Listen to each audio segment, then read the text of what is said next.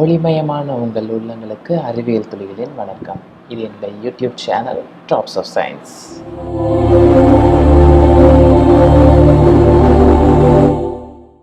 பொதுவாக இரவு நாளே நமக்கு ரெண்டு விஷயம் தாங்க ஞாபகத்தில் வரும். ஒன்று நிலவு, இன்னொன்று நட்சத்திரங்கள். இந்த அழகை வர்ணித்து நிறைய பாட்டுகள் நமக்கு வந்திருக்கு. ஆனால் மூணாவதாக இன்னொரு விஷயத்த நம்ம ரசிக்கலாம்.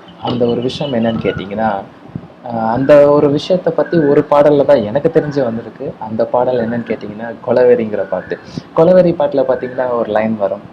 ஆஹ், 3 colour white background night colour block அப்படின்னு சொல்லி.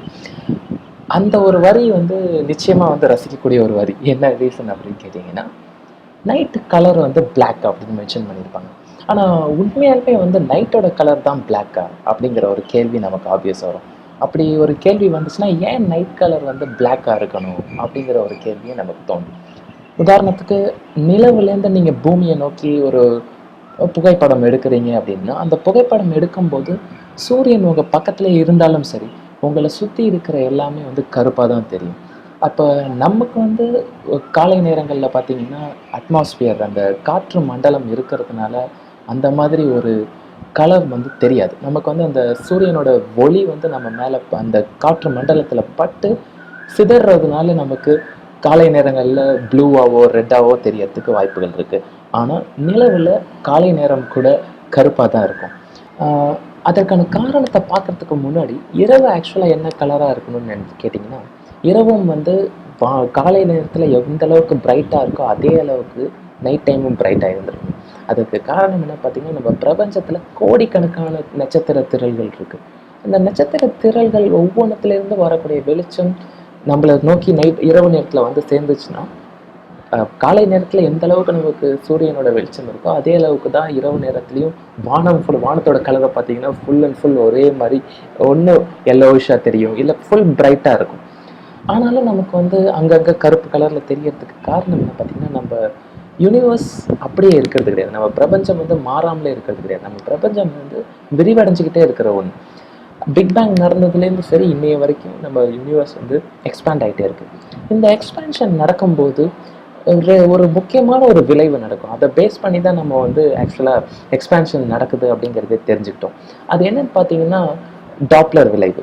இந்த டாப்ளர் விளைவுங்கிறது நம்ம ஸ்கூல் டேஸில் ஆக்சுவலாக ஒரு சவுண்டை வச்சு ஒரு எக்ஸாம்பிள் படிச்சிருப்போம். என்னென்னா ட்ரெயின் ஸ்டேஷனில் நம்ம நின்றுட்டுருப்போம். அப்போ நம்மளை நோக்கி ஒரு ரயில் வண்டி வருதுன்னா அந்த ரயில் வண்டியிலேருந்து வரக்கூடிய சத்தம் நம்மளை நோக்கி வரும்போது ரொம்ப அதிக சத்தம், அதாவது பிட்ச் வந்து ஜாஸ்தியாக கேட்கும். அதே நம்மளை விட்டு விலகி போகும்போது பிட்ச் டோட்டலாக அப்படியே டவுன் ஆகும். இந்த எக்ஸாம்பிள் வந்து சவுண்டை பேஸ் பண்ணி அவங்க டாப்ளர் எஃபெக்ட் எக்ஸ்பிளைன் பண்ணியிருப்பாங்க. ஆனால் இந்த டாப்ளர் எஃபெக்ட் சவுண்டுக்கு மட்டும் இல்லாமல் எல்லா வேவ் ஃபார்ம்ஸ்க்கும் அப்ளை ஆகும், எல்லா அலைகளுக்கும் அப்ளை ஆகும். லைட் நம்ம பார்க்கக்கூடிய வெளிச்சம் அப்படிங்கிறது கூட ஒரு மின்காந்த அலை தான். அந்த மின்காந்த அலைக்கும் இதே டாப்ளர் எஃபெக்ட் அப்ளை ஆகும். இந்த டாப்ளர் எஃபெக்டை பேஸ் பண்ணி தான் நம்ம வந்து யூனிவர்ஸ் எக்ஸ்பேண்ட் ஆகுது அப்படிங்கிறதே நம்ம தெரிஞ்சுட்டோம். ஸோ அது எப்படி கண்டுபிடிக்கலாம் பார்த்தீங்கன்னா, ஒரு அலை இருக்குன்னு உதாரணத்துக்கு எடுத்துப்போம். நம்ம இங்கே நின்றுட்டுருக்கோம், நம்மள்டேருந்து அந்த அலை வந்து ஸ்ப்ரெட் ஆகி வருது. இங்கே இன்னொருத்தர் நிற்கிறார். இவரை நோக்கி அந்த அலை வரும்போது அதோட பாத்து வந்து இப்படி தான் இருக்கும். நம்ம எல்லாத்துக்கும் தெரியும் அலைன்னா அப்படி தான் போகும் அப்படின்னு. ஆனால் இப்போ இவரை நோக்கி நகர்ந்துக்கிட்டு வர்றாரு அப்படின்னு பார்த்தீங்கன்னா இந்த அலையோட ஃப்ரீக்வன்சி கம்ப்ரஸ் ஆகி ஃப்ரீக்வன்சி வந்து ஜாஸ்தியாகும். ஸோ ஃப்ரீக்வன்சி ஜாஸ்தி ஆச்சுன்னா ஆட்டோமேட்டிக்காக வந்து வேவ் லென்த் குறையும். அதே மாதிரி தானே ஒருத்தர் தன்னை விட்டு விலகி போகிறாரு அப்படின்னா நம்மளை நோக்கி அந்த சவுண்டு வரும்போது ஸ்ட்ரெச் ஆகிட்டு போகும்போது அதோட வேவ் லென்த் வந்து பார்த்தீங்கன்னா அப்படியே கம்மியாகி கிட்டத்தட்ட ஒரு ரொம்ப வேவ் லென்த் ஃப்ரீக்வன்சி வந்து ரொம்ப கம்மியாயிடும். இந்த ஃப்ரீக்வன்சி கம்மியான ஒரு விஷயம்தான் டாப்ளர் விளைவு அப்படின்னு சொல்கிறது. அதாவது நம்மளை நோக்கி வரும்போது ஃப்ரீக்வன்சி ஜாஸ்தி ஆகிறதும் நம்மளை விட்டு விலகி போகும்போது ஃப்ரீக்வன்சி கம்மியாகிறது தான் டாப்ளர் விளைவு. இந்த டாப்ளர் விளைவு என்ன லைட்டில் பண்ணும் அப்படின்னு பார்த்தீங்கன்னா, லைட் நம்ம எல்லாத்துக்கும் தெரியும் விப்ஜிஆர் அப்படிங்கிற ஒரு காம்பினேஷன் தான் நம்ம பார்க்கக்கூடிய விசிபிள் ஸ்பெக்ட்ரம்.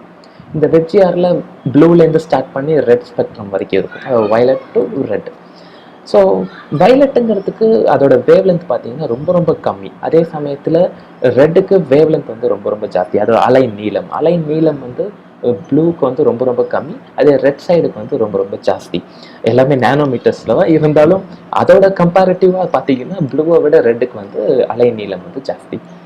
இந்த அலைநீளம் அதிகமாக இருக்கும்போது என்ன ஆகும்னு பார்த்தீங்கன்னா, நம்ம வேகமாக நம்மளை விட்டு விலகி போகிற எல்லா வெளிச்சங்களும் சரி, அலைநீளம் கொஞ்சம் கொஞ்சமாக அதிகமாகும். ஸோ அலைநீளம் அதிகமாச்சுன்னா அந்த ஆப்ஜெக்டோட கலர் நார்மல் கலர்லேருந்து ரெட்டை நோக்கி அப்படியே ஷிஃப்ட் ஆகும்.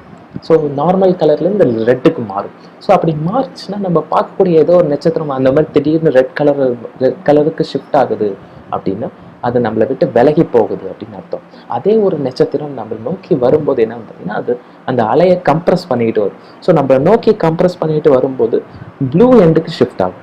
ஸோ ப்ளூ எண்டுக்கு ஷிஃப்ட் ஆகும்போது அதை ப்ளூ ஷிஃப்ட் அப்படின்னு சொல்லுவோம். இன்னொன்று வந்து ரெட் ஷிஃப்ட் அப்படின்னு சொல்லுவோம். ஸோ இதை வச்சு தான் ஒரு ஆப்ஜெக்ட் வந்து நம்மளை நோக்கி வருதா இல்லை நம்மளை விட்டு விலகி போகுதா அப்படின்னு சொல்லுவோம்.